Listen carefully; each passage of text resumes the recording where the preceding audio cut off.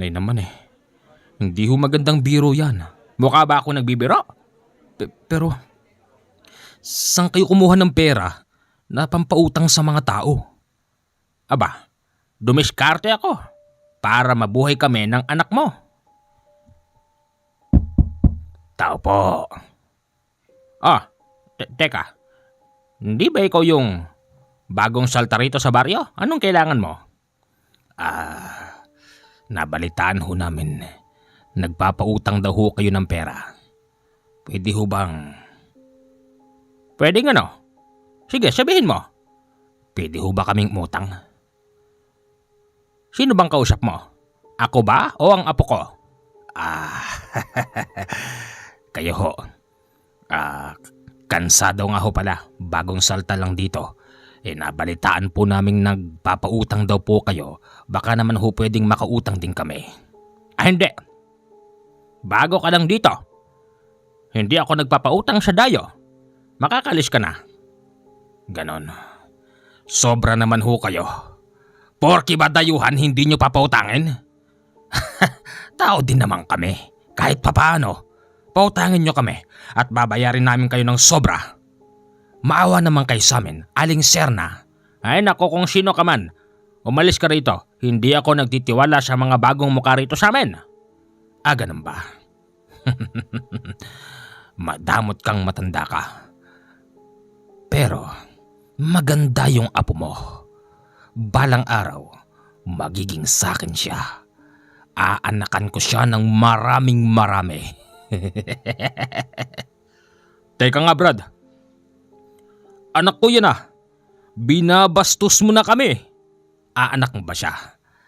Sige ho, Aling Serna. Kainin ka sana ng pera mo.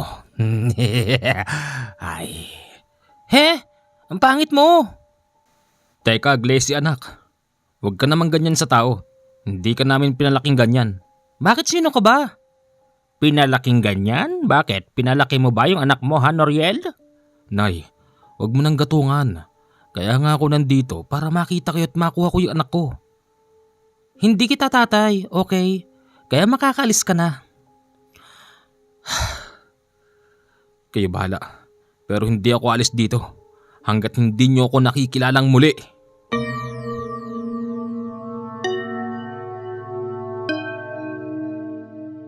Mapagpalang araw po sa inyong lahat. Una sa lahat, nagpapasalamat po ako sa channel na ito. Ako nga pala si Noriel, isang matandang subscriber ng channel na ito. Gusto ko ring ibahagi ang aking kwento dahil narinig ko, dito pala matatagpuan yung taong minsan nang tumulong sa akin.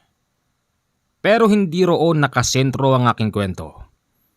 Ibabahagi ko sa inyo kung paano ako nakipagtulungan sa isang ermitanyo at aswang, laban din sa aswang. Pakinggan nyo hanggang sa dulo at sa mga makakagusto ng aking kwento, please, paki-like naman po ang video na ito. At sa mga bago, paki-subscribe naman po ang channel ni Commander.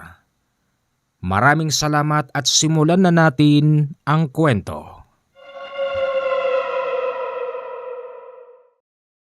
Inay, pasensya na ho kayo kung mahigit isang dekada ako din nakauwi. Hindi niyo ho alam nangyari sa akin. Hindi alam? Ang alam ko meron ka ng pamilya doon, Noriel. Hindi ho. Katunayan, sa tagal kong nawala, ganon na rin ho katagal na hindi ho ako sundalo. Ano? Anong ibig mong sabihin? Nay, mahigit isang dekada na rin po akong hindi sundalo. Imposible! Kung titignan ang tindigan mo, yung buhok mo, yung pangangatawan mo at pananalita, sundalong-sundalo ka pa rin, Noriel. Anong ibig mong sabihin? Nay, mas pinili kong umalis sa serbisyo dahil mas gusto kong maglingkod sa mas nakakarami ng lihim. Nang dahil baron, hindi ka na rin umuwi ng mahigit isang dekada? At ano namang paglilingkod yang sinasabi mo? Nay, nakikita niyo ho ba to? Ano yan? Ito ho ay mga medalyon. Medalyon? Para saan naman yan? Natutunan ko sa buhay habang ako'y naglilingkod. Hindi lang pala sa taong bayan ka pwedeng maglingkod nang walang hawak na baril. Nay, sawa na ako sa putukan, sa amoy ng pulbura. Halos araw-araw ginigising kami ng putukan. Napag-isip-isip ko, ayoko na ng gantong buhay. Kaya mas pinili kong maging isang ano? maging isang mag-aanting. Oh, may sweldo ba dyan? Wala. Wala akong sweldo rito. Pero, Nay, maniwala ho kayo sa akin. Mas marami akong taong natulungan. Hindi ako gumagamit ng baril. Anting-anting lang ho. Ito na lang ang gamit ko ngayon. Nang dahil ba dyan kinalimutan mo na ang pamilya mo rito? Hindi mo man lang ba naisip na matanda na ako at malapit nang mamatay? Ha? Noriel? Naisip ko, Nay. Kaya nga nandito ako eh. Siya nga pala, may iba tayo. Yung lalaking huling kausap nyo. Hindi maganda pakiramdam ko sa taong yun. Parang may mali eh. At anong mali? Iba yung tingin niya sa anak ko. Palagay ko hindi nagpunta rito yun para mangutang. Kita nyo nga, iskandaloso. Parang wala sa katinuan. Wala akong alam dyan sa sinasabi mo na yan, Noriel. At kung meron ka mang nalalaman patungkol sa kanya, dahil isa ka ng ano na ngayon? Mag-aanting po. Mag-aanting? Eh kung sa tingin mong kalaban siya, di patayin mo. Di ba dyan ka naman magaling? Nung sundalo ka, alam ko, Noriel, marami ka nang napatay na mga rebelde sa Mindanao, hindi mo lang sinasabi. Nay. Hindi ba totoo? Ginagawa ko ho yun dati. Parte ng trabaho ko. O ngayon, isa ka nang mag-aanting. Pumapatay ka pa rin ba? Sinong pinapatay mo? Aswang, mangkukulam, kapre, duwende, laman lupa, diablo? Ano? Ang hirap naman ho sa inyo eh. Magpapahinga muna ako. Wala ka ng kwarto rito. Diyan ka matulog sa labas mamaya. Araw na araw. Hindi ka pwedeng matulog dahil maraming tao. Sige ho. Kahit na ako'y pinagbabawalan noon ni inay, sa pagod ko ng araw na yon nakatulog ako sa ilalim ng puno ng mangga, kung saan merong nakasabit na duyan. Hindi niya ako ginising hanggang sa pagpatak ng dilim. Nagulat na lang ako dahil narinig ko ang sigaw ni inay. Glessy! Ano ka ba? Pumasok ka na rito, madilim na. Nandiyan na po, Lola. Madilim na pala. Di man lang ako ginising. Nilapitan ko noon ang anak kong si Glessy. Nakita ko siyang kasalukuyang nagtatanggal ng mga damit sa sinampay. Tutulungan ko sana siya pero ayaw niya. Ayoko. Hindi kita kilala. Sino ka ba kasi? Glessy anak, huwag ka namang bastos sa itay. Kundi dahil sa akin wala ka. Ako ang tatay mo. Tatay? May tatay ba akong pabaya? Pinabayaan kami ng mahabang panahon. Halika na rito, Noriel. Kumain ka na. Maghapon kang tulog sa duyan. Oo, Nay. Nandiyan na ho. Pagpasok ko sa loob, hindi agad sumunod ang anak kong si Glessy. Kumain ako roon tapos nagkape. Maya-maya pa naalala ko. Meron nga pala akong kaibigan. Hindi ko alam kung buhay pa ba siya. Pero nagbakasakali ako, Commander, na puntahan yung bahay niya. O saan ka pupunta? Doon kila Fredo. Wag mo sabihin kilala mo pa rin si Fredo. Baliw na yon. Ha? Bakit? Baliw na yung si Fredo. Kagaganon. Wag kang pupunta ron. Baka mahawa ka. Nay, kung gumaganon man ho si Fredo, Siya yun. Hindi ho ako. Sige ho. Tinitigan ko noon si Glessy. Habang ito'y hindi pa rin natatapos sa pagkuha ng damit sa sampayan. Nagpaalam din ako sa kanya pero hindi niya ako pinansin. Nung mga oras na yon, nakalagay pa rin sa aking dibdib ang aking mga anting-anting. Pakawari ko'y parang may mali sa paligid ng bakuran, kaya't parang nag-aalangan akong umalis. Ba't ganon? Parang may mali. Di bale, wala to. Nagpatuloy ako sa paglabas ng bakuran hanggang sa narating ko yung dating bahay nila Fredo. Naalala ko noon nung bata-bata pa ako. Doon ako madalas tumambay. Naalala ko din nung nagnanakaw kami ng manok ni Fredo tapos gagawing pulutan at gagawing aros kaldo. Tao po! Fredo! Fredo, buhay ka pa ba? Fredo! Sino yan? Walang tao rito! Fredo, ako to! Si Noriel! Sinong Noriel? Wala akong kilalang Noriel. Ang alam ko patay na si Noriel. Fredo, ano ka ba? Teka, Noriel? Ako nga to. Ano bang nangyayari sa'yo? Ibaba mo nga yan. Noriel? Ikaw nga! Kala ko kinalimutan mo na ako eh. Kala ko natsugi ka na ron sa Mindanao. Akala ko napatay ka na ng mga rebelde doon. Ikaw naman. O, kamusta? Eto, baliw na. Ano? Baliw na! Paano ka na baliw? Sabi nila, baliw na raw ako. Kaya nang kinamusta mo ako, sabi ko, heto baliw na. Hindi, sa totoo lang, paring Noriel na miss kita eh. Ba't ba ngayon ka lang umuwi ha? Mahabang kwento pare. Kwentuhan mo naman ako, pero teka. Oh, bakit? Ano yung naamoy mo? Oh, dyan sa dibdib mo. Parang amoy sigarilyo. Ha? Sigarilyo? Oo, may yosi ka. Pengi naman akong isa. Oo, pero wala sa dibdib ko, Yossi. Nandito sa bulsa ko, kumuha ka. Bango! Napakabango! Original to, no? Original? Siyempre naman. Pero, sino yung kasama mo kanina?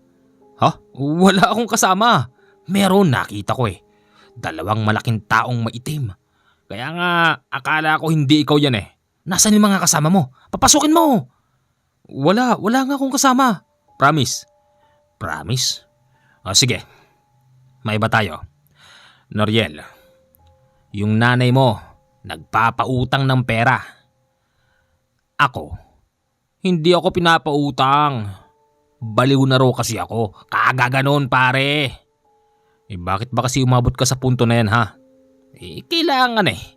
Alam mo kasi, yun lang ang kasangga ko sa buhay eh.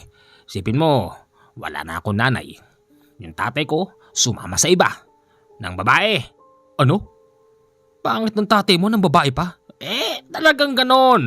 Kahit pangit siya, lagi niyang sinasabi, malakas naman daw siya sa kama. At yun ang binabalik-balikan sa kanya ng mga nakakasama niya sa kama ng isang gabi. Kaya ka pala umabot sa ganyan eh. Walang bumabawal sa'yo. Kaya nga. Pero, Noriel, eto ang totoo ah. Sabihan mo yung nanay mo. Kasi ang nanay mo pare, parang pinapahamak yung anak mo eh. Si Glessy? Oo. Anong ibig mong sabihin? Pare, sa ganda ng anak mo at sa ginagawa ng nanay mo na para bang ano ba tawag doon? Publiko, parang pang publiko yung bahay nyo kung sino-sinong pumapasok. Anong connection dun sa anak ko? Di mo ba ako naiintindihan? Parang pampublikong eskwelahan yung bahay nyo tapos nandun yung anak mong sexy. Alam mo, nararamdaman ko pare, yung Dayo, kursunada yung anak mo. Sinong Dayo? Hindi ko alam pangalan ng dayo na yun. Bagong salta lang dito yun eh. Nakikita ko pare. Grabe kung makatitig sa anak mo. Yung anak mo naman kasi kung magsuot hanggang dito pare. Tsaka alam mo ba pare, hindi ko gusto pakiramdam ko ron. Parang palagay ko pare aswang yun eh. Aswang? Naniniwala ka sa aswang pare? Oo naman, taga Iloilo yata si inay. Minsan na ako nang galing doon, nakakita na rin ako ng aswang. Kaya naniniwala ako sa aswang pare. Ganun ba? Oo pare, mag-iingat kayo ron sa dayo na yun. Sigurado ako pare, sigurado ko. May masamang balak yun sa anak mo. Parang feeling ko lang pare parang gustong lahian ng pagiging aswang yung anak mong maganda. Kahit naman sino talaga namang maaakit dun kung di nga tayo magkababata. Baka pati ako niligawan ko yung si Glessy. Pero hindi ako ganun pare. Marunong naman akong kumilala. Salamat pare, salamat. Kaya ako kasi pare, ngayong bumalik ka na rito sa bayan natin, kunin mo na yung apo mo tapos yung nanay mo. Lumayo na kayo. Wag dito pare. Nakapasok na mga masasamang loob dito sa bayan natin. Oh? Talaga? Oh, maniwala ka sa akin. Baka sabihin mo, baliw talaga ako. Hindi ako baliw. Yun lang ang tingin nila sa akin.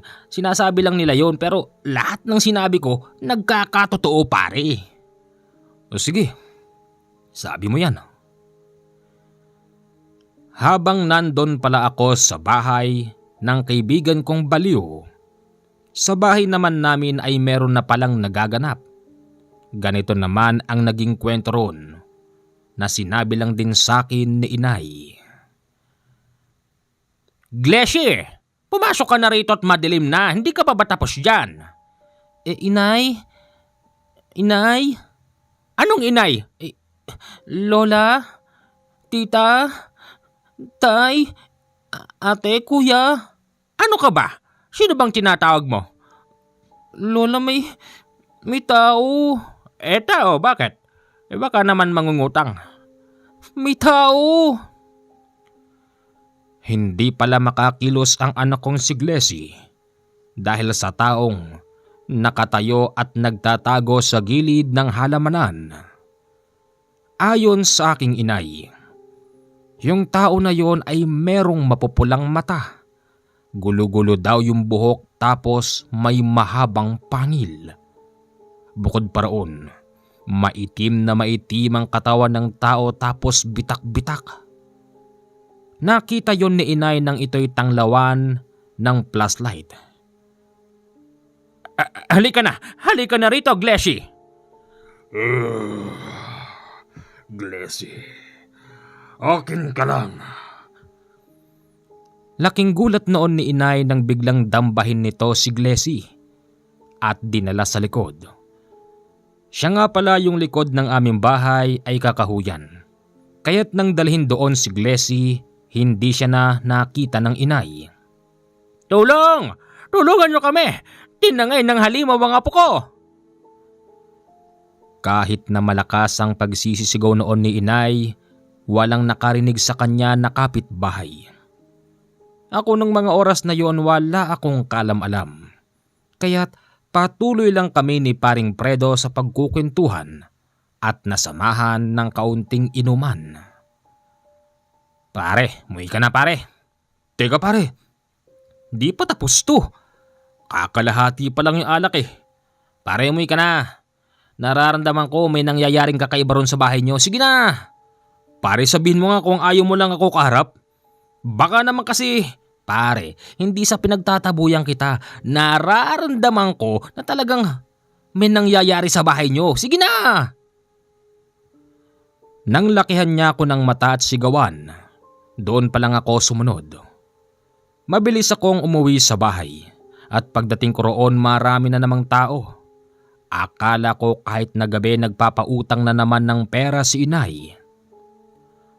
Inabutan ko siyang nandoon sa pintuan hawak-hawak ng dalawang matandang babae. Tapos umiiyak. Nakita ko rin yung damit niya may dugo. Nay, ano nangyari dito?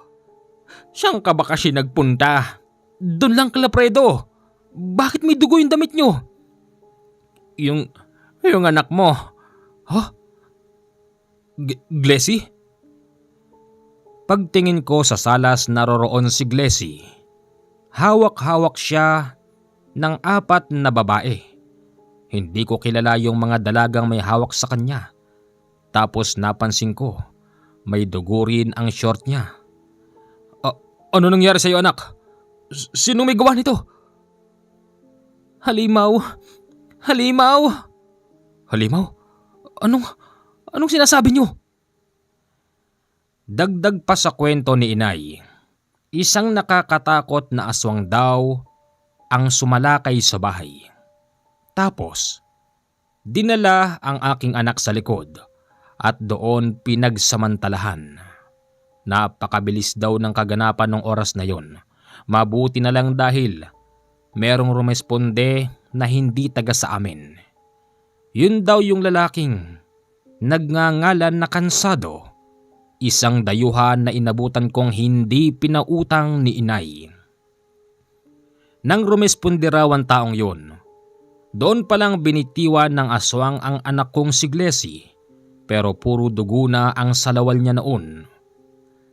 Dagdag din sa kwento ng anak ko, yung halimaw na yun ang siyang kumuha ng kanyang pagkababae at nagbanta raw ito na dadalhin daw ng anak ko ang kanyang bunga sa loob ng 9 na buwan. At pagkatapos daw noon, babalik daw yung halimaw at kukunin yung anak niya sa anak ko. Kinabahan ako, Commander, nang marinig ko yun. Lintek! Kaya palang init ng medalyong ko eh. Meron palang nakatingin sa paligid. Gano'n naman pala eh. Bakit umalis ka pa? Para kasing wala lang eh. Awang-awa ako sa anak ko, Commander, kasi ayaw niyang tumahan sa pag-iyak. Sinasabi pa niya noon ng itsura ng aswang. Lubhang nakakatakot daw habang ginagawa sa kanya ang kahalayan. Yung mga oras din naman na ito, dumating ang aming kapitan kasama ang mga bantay bayan. Tapos pumasok sila sa kakahuyan para tignan at patayin kung naroroon pa ba ang aswang. Kapitan, nakita niyo ho ba? Wala na kaming nakitang kung ano roon. Teka lang, Noriel? Oho, ikaw na pala, Noriel. Buti naman umuwi ka pa. Tiyempo yung pag-uwi mo. Tsaka ito nangyari. Kapitan, wala na kayo nakita kahit na ano. Wala na. Hinalughog namin ang buong kagubatan sa likod ng bahay niyo pero talagang wala. Ibang klase din naman ang halimaw na yun. At namili pa talaga ng magandang dalaga. Kung sabagay, masasabi kong talagang isa sa maganda dito sa buong baryo natin ng anak mong si Glessy. Pagkatapos ng gabing yong, Commander, napansin ko ang anak ko para bang napakalaki ng pinagbago sa ugali. Maging ang nanay ko, sinusungitan niya at minsan pa nga narinig namin mula sa pintuan may kausap si Glessy. Ayokong sumama sa'yo. Hindi kita gusto. Sumama ka na sa'kin. Ako ang ama ng dinadala mo. Doon, aalagaan kita ng mabuti. Sumama ka na sa'kin, aking mahal. Anak, sinong kausap mo dyan? Halika na, dalian mo. Ayoko. Pinilit kong sirain ang pintuan ng kwarto. Pero sadyang matibay dahil gawa yon sa solid na kahoy.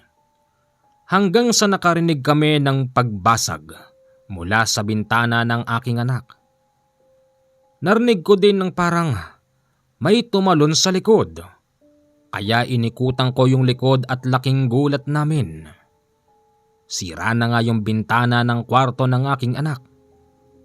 Sumilip ako roon baka sakaling nandun pa ang anak ko. Pero wala na siya roon, Commander. Sa madaling sabi, marahil kinuha siya ng kausap niya o kaya naman kusang sumama ang anak ko roon. Napakawalang kwenta ko naman. Para sa itong mga medalyon ko na to. Bakit hindi nyo sinasabi sa akin na delikado na pala rito sa bahay? Bakit ganon?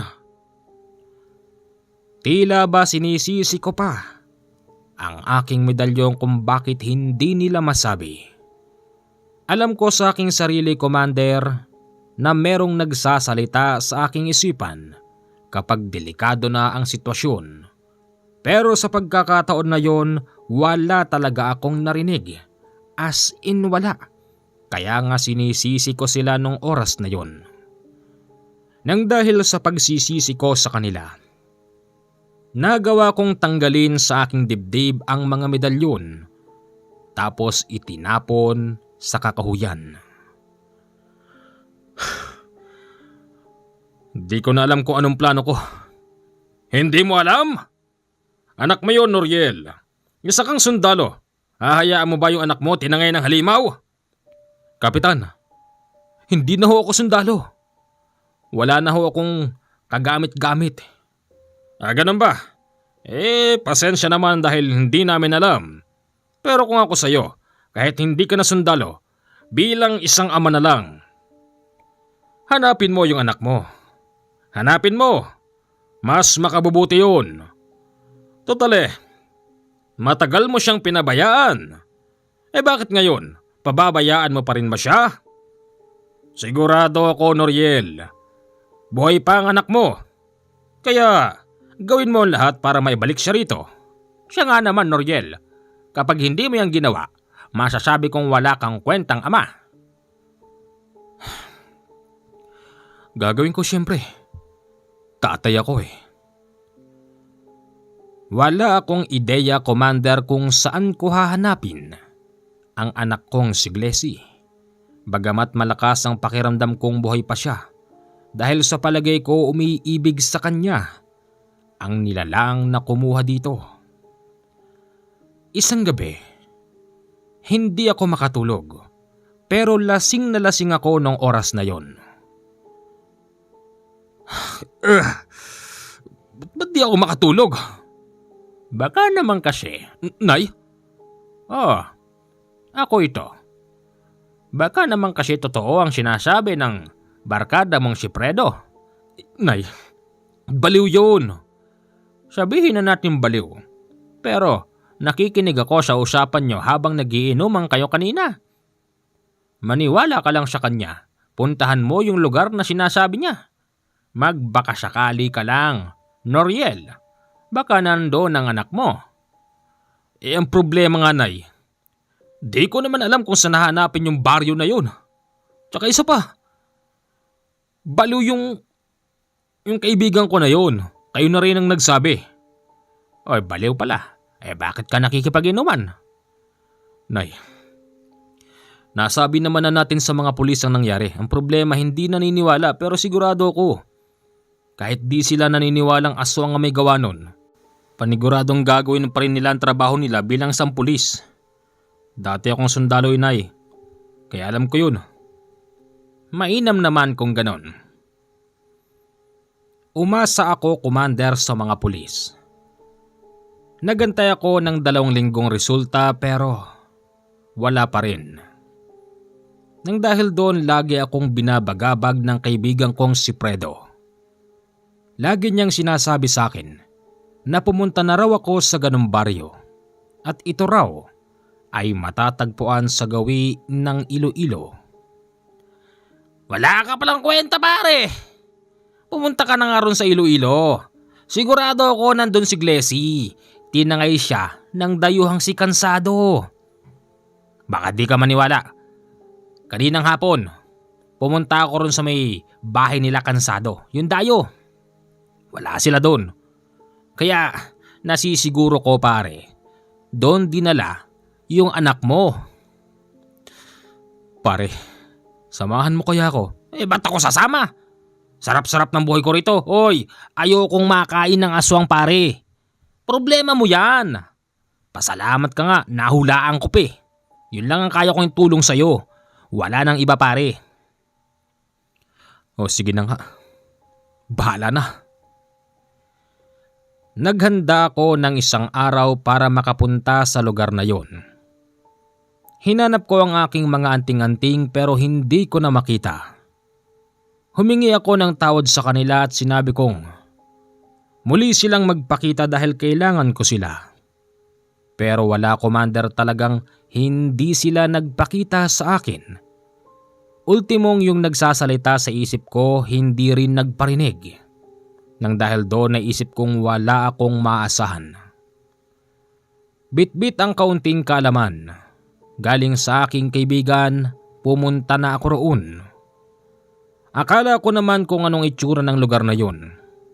Sadyang napakaliblib pala. Habang ako'y naglalakad sa isang liblib na baryo, nakita ko, Commander, merong isang matandang lalaki. Nakatayo yun sa dadaanan ko tapos may hawak na tungkod na kahoy. Ang pinagtataka ko, yung hawak niyang tungkod na kahoy sa pinakadulo nun, sa gawing itaas ay merong umiilaw na parabang bato na kulay berde. Magandang gabi ho. Pwede ho ba akong makiraan dito? Noriel ho. Noriel po ang pangalan ko. Magandang gabi naman. Bakit? Anong ginagawa mo rito sa baryo namin? Liblib to, iho. Ang isang dayuhan na katulad mo ay hindi dapat tumadaan dito ng gantong oras. Alam mo ba ang pinapasok mong lugar? Hindi ho eh. Kaya nga ako nagsasabi. Pwede ho ba akong makiraan? Bago ka makaraan, meron akong kaunting katanungan sa'yo. Teka lang ho. Para saan ba itanong na yan? Tatang, hinahanap ko po ang anak ko. At ayon sa aking kalaman, yung baryong pupuntahan ko dun pa sa Gawiron. Malayo. Kaya ho pakiusap. Paraanin niyo ho ako. Hindi. Sino ba kayo? Ano bang mga itatanong niyo sa akin, ha?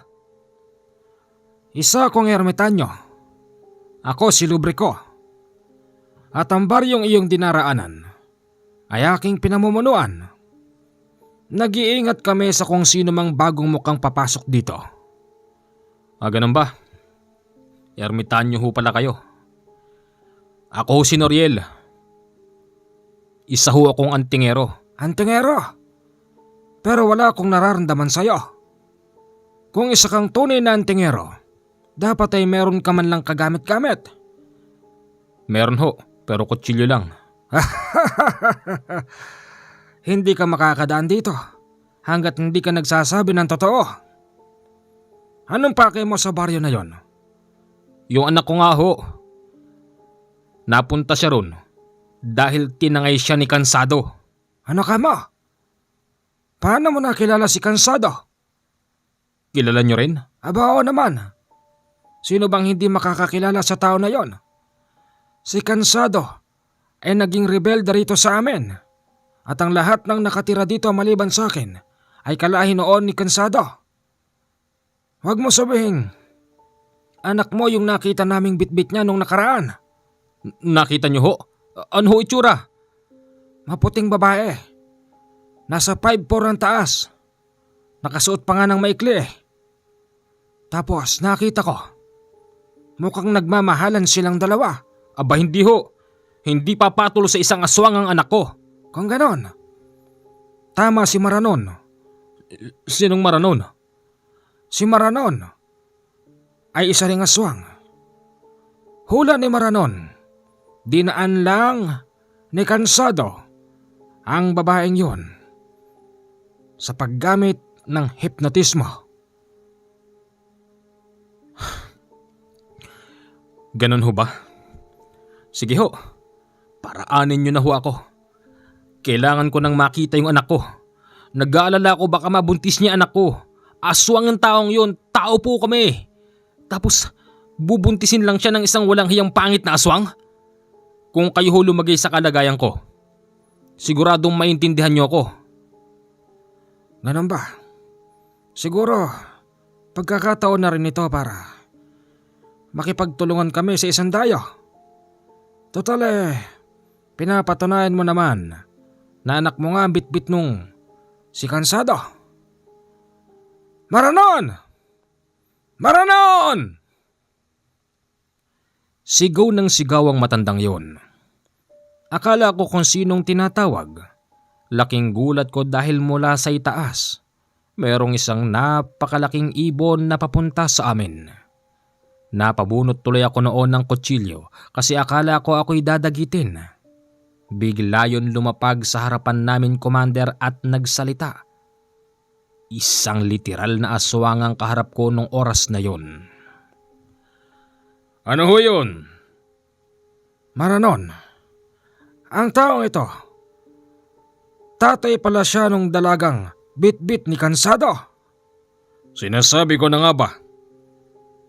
Kaya nga, tama ang hula mo. Sa palagay ko, kaibigan, ginamitan niya ng hipnotismo ang anak mo kaya sumama ito ng maayos. Sa unang tingin kung titignan para silang nagmamahalan. Pumunta ka ba rito para bawiin ang anak mo? Sana eh. Maranon, matagal ng sakit sa ulo yang si Cansado. Kinakailangan nating patayin siya sa mas lalong madaling panahon. Baka mamaya kumalat pa ang lahi niyan. Baka mamaya mas lalong sumakit ang ulo natin, imbis na tayo nagbabago na rito. Anong plano nyo? Ngayon, sasamahan natin ang taong to. Babawiin natin ang anak niya at papatayin natin si Cansado. O sige, magsasama ako ng iba pang mga kagabunan. Huwag na. Nag-iisa lang naman siya. Tayo na lang ang sumama. O sige. Teka lang, Brad, anong sabi mo? Isa kang gabunan? Isa kong gabunang aswang. Nakita mo naman. Oo nga. Meron akong kaunting nararamdaman sa'yo. Kung hindi ako nagkakamali, meron kang alam sa karunungan lihim. Oo, pero wala na akong gamit eh. Bueno, tutulungan ka namin. Hindi ako makapaniwala. Tutulungan pala ako ng isang ermitanyo at isang aswang. Nakipag-deal ako sa kanila nung gabing yun. Nangako ako sa kanila na kung sakaling mababawi ang aking anak, ako mismo ang papatay kay Cansado. Ayon kasi sa kanila, si Cansado raw ay dating rebelding aswang sa kanila at talagang sakit sa ulo. Habang binabaybay namin ang madilim na daan, naitanong ko rin sa kanila kung bakit hindi yata sila katulad ni Cansado. Ang sagot sa akin ni Maranon ganito. Hindi naman lahat ng aswang ay nananatiling masama. Hindi lahat ng aswang ay kumakain ng tao. Pipiliin pa namin na kumain ng talagang pagkain. At kung hindi mo lang naitatanong, sa ibang bahagi ng bansa meron ding mga aswang na relihiyoso. Ano? Relihiyoso? Oo. Meron ding mga mangkukulam na nagsisimba. Mga mambabarang at mga katulad namin. Nakikihalubilo rin sa marami. Kaya, yun ang isang dahilan kung bakit ang mga aswang dito sa baryo namin ay hindi na nga ng dayuhan. Bukod tangi ang si Cansado. Si Cansado ang naging rebelde sa amin at sumusuway sa kautosan ng namatay naming apo.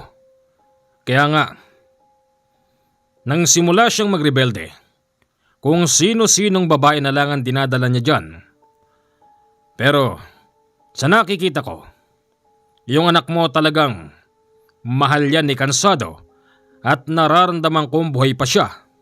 Pero sa palagay ko, lalo na sa gabing ito, pinagsasawaan na ni Cansado ang iyong anak at ginagawa niya ang lahat para mataniman ito ng punla. Magapura na tayo. Pasensya ka na, iho.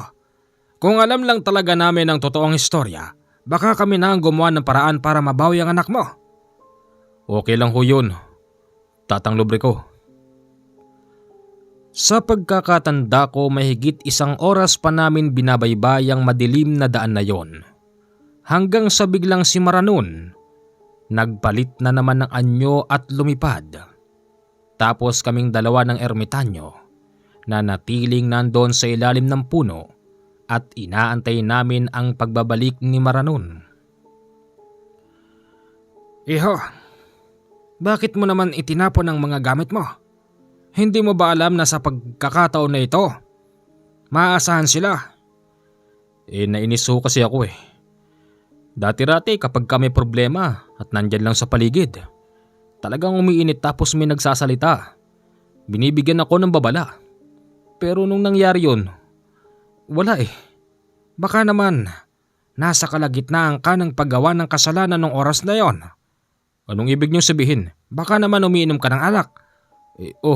Kaya naman pala. Iho, antayin lang natin si Maranon. Sigurado ko pagdating niya meron siyang balita. Sige ho. Hindi nagtagal dumating na nga si Maranon. Ayon sa kanya, nakita niya raw ang anak ko. Tulala daw ito habang nakaupo sa labas ng kubo ni Cansado. Habang si Cansado nandun daw sa loob at may kinakain na hilaw na laman. Kung ganon, nag-iisa lang pala si Maranon. Nag-iisa lang siya doon. Pagkakataon na natin ito. Mabilis kaming nagtatakbo. Malapit na pala doon yung kubo ni Cansado. Mataas na bahagi yon, Commander, tapos alam kong matatanaw niya kami. Magmula roon sa kubo kung siya ba'y nandun sa labas ng bahay. Nakalapit na kami sa kubo at nakita ko yung anak ko. Tulala siya, Commander, na hindi man lang pumipikit ang mga mata. Glessy, kunin mo na siya. Magmadali ka. Aalis na sana kami nang biglang lumabas si Cansado. Nakakatakot ang itsura niya, Commander. Mas nakakatakot pa sa kasama naming gabunan. Mga tampalasan! At sinong nagsabi sa inyo na kuhanin niyo ang asawa ko? Hoy! Kung wala ka ng takot sa akin, pues matakot ka sa galit ng tao sa'yo. Ermitanyong lubriko. At bakit naman ako matatakot sa'yo? Hindi ako natatakot dyan sa tungkod mo na yan. Alam kong maraming kayang gawin ng tungkod na yan. Pero wala yan. Hindi tumataas ang balahibo ko sa ganyan. Ikaw pala yung lintik na kumuha sa anak ko. Tatay. Mano po, tatay. Buwisit ka. Manong mano? Tatay naman, nagmamahalang kaming dalawa. Alam kong narinig mo ang usapan namin nung gabing bago ko siya kunin. Sumama siya sa akin ng kusang loob. Anak, totoo ba yun? Sabihin mo sa akin, mahal ko. Sabihin mo. Hindi siya nagsasalita. Na-trauma siya sa'yo. Sa galit ko, Commander, agad akong bumunot ng kutsilyo. Sinaksak ko sa tagiliran si Cansado, kaya ito naglulupasay. Halika na, anak. Sumama ka na sa akin. Hindi mo siya pwede kunin. Hindi po pwede. At ikaw naman, Maranon, talagang sinamahan mo pa ang taong to. Kung ganon, mamamatay ka, Maranon. Naglaban silang dalawa, Commander. Nakita ko kung papaano mapailalim ang gabunang kasama namin. Napakapangit ng itsura ng taong yon, lalo na't nang makita kong para itong hayok na hayok sa dugo ng kapwa niya aswang. Kasi yung sinaksak ko sa tagliran niya, isinaksak niya rin sa dibdib ni Maranon. Kaya nga yung dugo nito ay sumirit. Habang sumisirit ang dugo nun, sinasalaw ito ng bunganga ni Cansado. Ang tamis ng dugo mo, Maranon! Si Maranon para bang naging estatwa. Hindi siya kumikilos nung oras na ito habang iniinom. ni Cansado ang dugo niya. Ang matandang ermitanyo naman, tinuktok niya ang kanyang makapangyarihang baston kung saan siya nakatayo. Hindi kayo maniniwala, ramdam kong 2 segundong yumanig ang aming kinatatayuan, kaya doon napatigil si Cansado. Talaga nga naman, ermitanyo, gumagamit ka pa ng pandaraya. Hindi ito pandaraya, Cansado. Maranon! Maranon!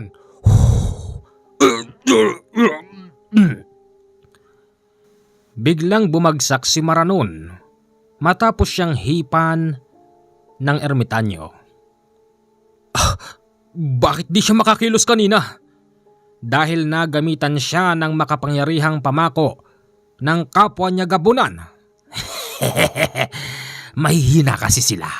Mahihinang klase, kaya nga takot sila sa akin. Ganon? Pati pala kapwa mo, aswang, tinatamaan din ng itim na kapangyarihan mo? Oo naman. Ngayon, huwag niyong isiping makakatakas pa kayo.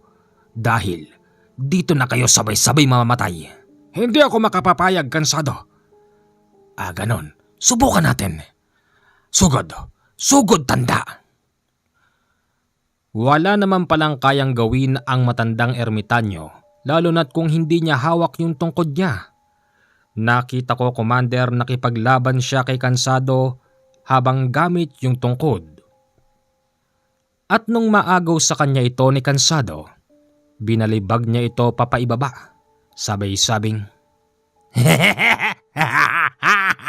wala ka nang kayang gawin ngayon, ermitanyo. Alam kong nasa tungkod mo ang iyong kapangyarihan.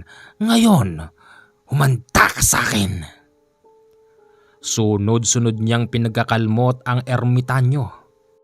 Bumulagta ito sa harapan ko habang sumisirit ang dugo. Ano ho nangyari sa inyo? Kaya niyo yan? Maranon, tumakas na kayo. Kuhanin mo ang aking tungkod. Hindi rin ho ako ganong makakilos. Ganyan ako kalakas, Noriel. Kaya nga takot sila sa akin lahat. Kahit magsama-sama pa ang buong baryo ng aswang, hindi sila uubra sa akin. Ngayon ikaw naman, hindi mo pwedeng itakas ang aking punlaan. Hindi. Hindi. Pilit kong binitbit ang anak ko, Commander, tapos nagtatakbo ako papaibaba. Sa madilim na dadaanan ko, nakakita ako ng kulay berdeng ilaw. Nagtaka ako kung ano yun.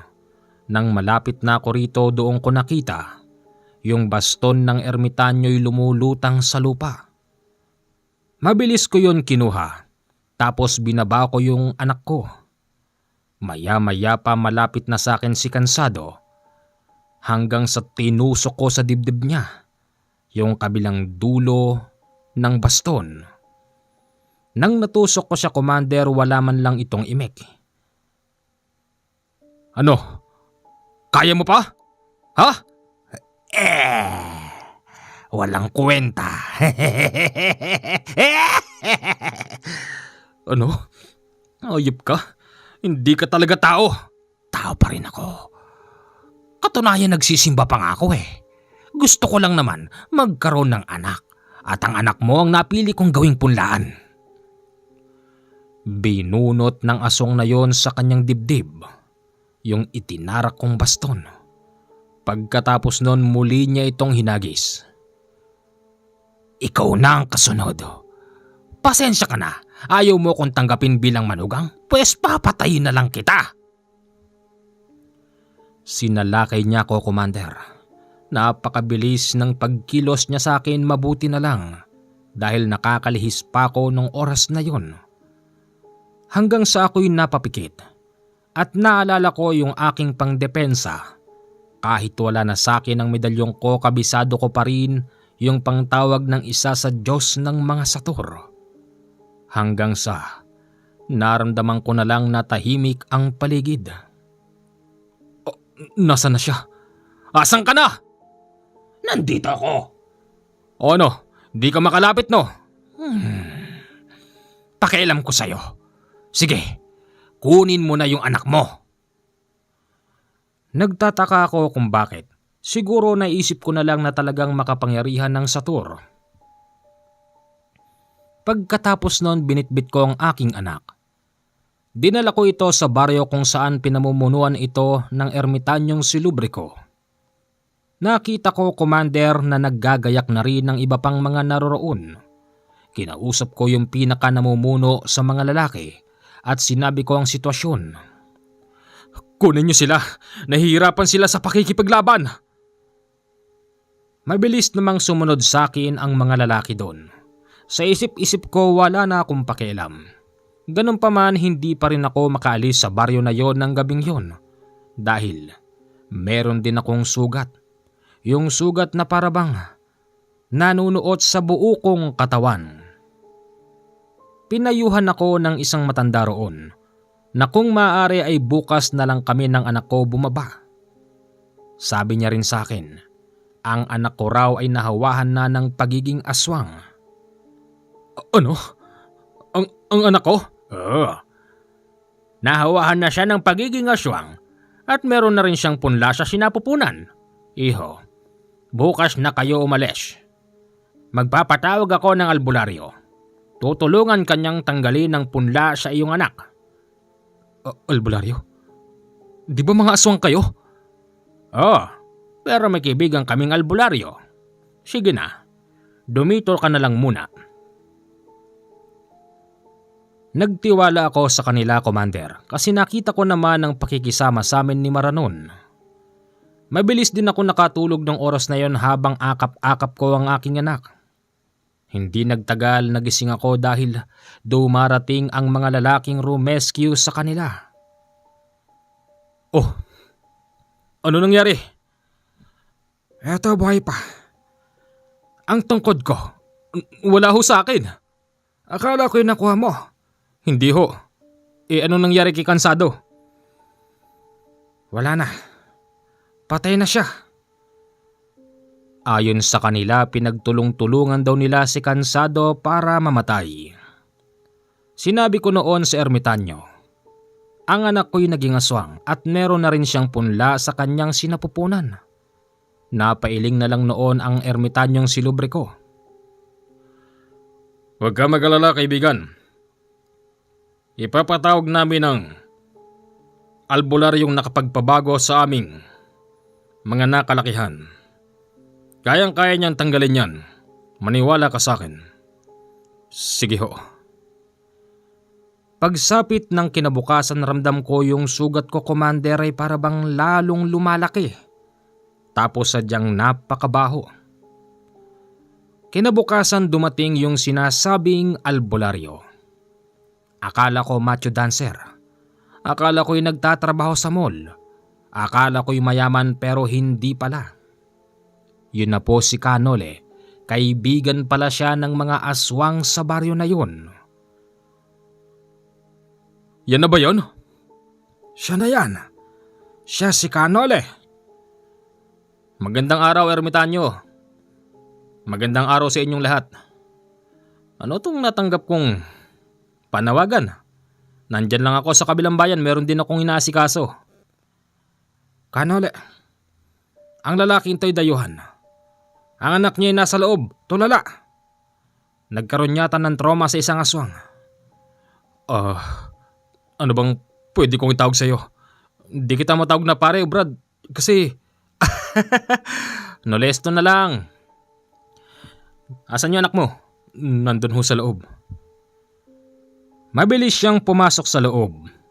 Sinundan ko naman siya, Commander, hanggang sa nakita kong yung anak ko'y hinawakan niya yung mata. Okay na siya. Tay? Anak? Tay? Itay? Nag-uumiyak yung anak ko, Commander. At kahit hindi ko itanong, kusa siyang nagkwento.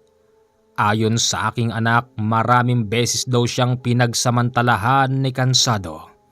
Tapos pinapakain daw siya nito. ng hilaw na laman at pinapainom ng sariwang dugo mula sa mga tao. Halos madurog ang puso ko nang malaman ko yun. Ganon din ang ermitanyo pati ang mga tao ron. Sabi pa nga nung iba, tama ang naging desisyon nila para patayin si Cansado kasi nga magpaparami ito ng lahi. Oh, Nole, may paraan pa ba para maibalik sa dati anak ko? Sa ngayon, natanggal na natin yung pagkatulala niya. Pero huwag ka mag-alala. Akong bahala. Aalisin natin yung nasa sinapupunan niya. Tandang lubriko! Ano yan? Oh, ikaw nang bahala dyan. Ipainom mo sa kanya. Sige. Teka, ano itong nasa loob? Ito na ba yung... Siya na yun. Sa'yo na rin yan. Talaga? Ang mutya ng halamang habyar. Oo, tama. Tumulong ako noon para hawakan ang anak kong nagwawala. Pilit pinapainom sa kanya ng ermitanyo yung langis. Nang makainom na siya, tsaka ko lang siya binitiwan. Na mamalipit sa sakit yung anak ko at awang-awa ako, Commander. Huwag ka matanagan, ayos lang siya. Hindi siya mamamatay. Pero, ang anak ko, kaya mo yan. Marahil nilalabanan na ng langis na yan. Yung ipinakain sa kanya ni Cansado. Maluha-luha ako, Commander, habang pinagmamasdan ko ang anak ko. Hindi nagtagal sumuka ito ng napakalapot na parang laway. Tapos may mga buo-buo rin na karne. O, di ba? Tanggal na ang pagiging aswang niya.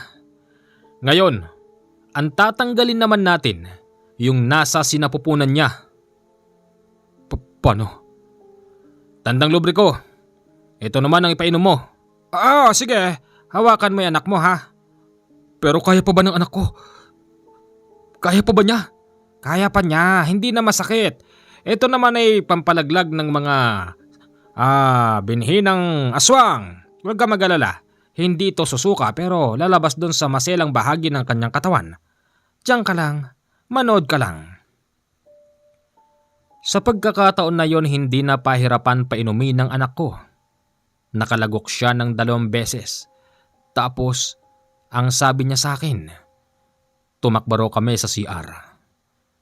Binitbit ko siya, Commander, at dinala sa CR. Dahil sa ako naman ang kanyang tatay, hindi na ito nahiya na maghubad sa aking harapan. Ako naman bilang isang ama, tumalikod ako, Commander, at rinig na rinig ko'y bumulwak mula sa kanya.